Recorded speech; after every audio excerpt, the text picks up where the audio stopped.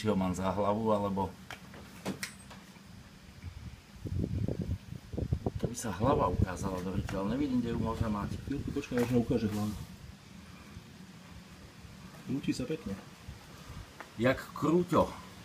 Fuj, ty kokos. A ja nohy na sa ňom namotáva. Vidíš, má biele brucho, takže je to on. Čo ti je? To menej Stále nevidím hlavu. menej jedovatého hata som tu nemohol mať. No, menej jedovatý had na planete není, toto je najjedovatejší. Prísahám, že ja si držím hlavu. No, Ty pritlačíš trošku ešte viacej? Že tlačím jak kokot. Jaj. Točím. Pozor, aby nevyskočil. Ne, však ja ho držím.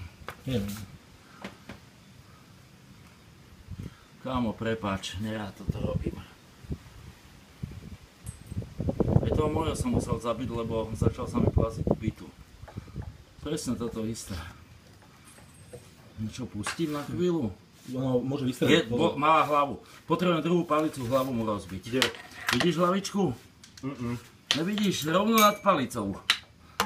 Vidíš ju? Drž ho. Drží, ale dobre drž pritlačeného. Posuň trošku. Tu budem svietiť. No, potrebujem dobre svietiť. Takto, nie? Počkaj, ale nevidím cez svoju ruku. Akurát. Chudák.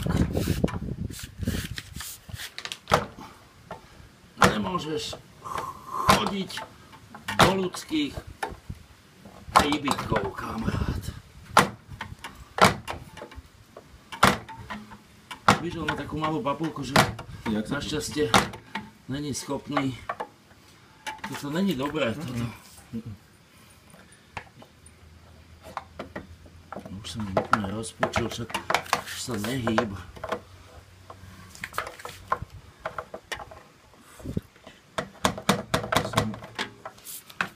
Ušiel som mŕtvý ovlások.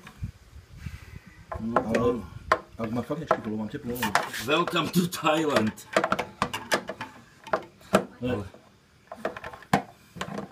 Nevládu ináč vážne. Nemáš nožice, ja mu odstrihnem hlavu, alebo čo? Nožnice tu nemám fakt.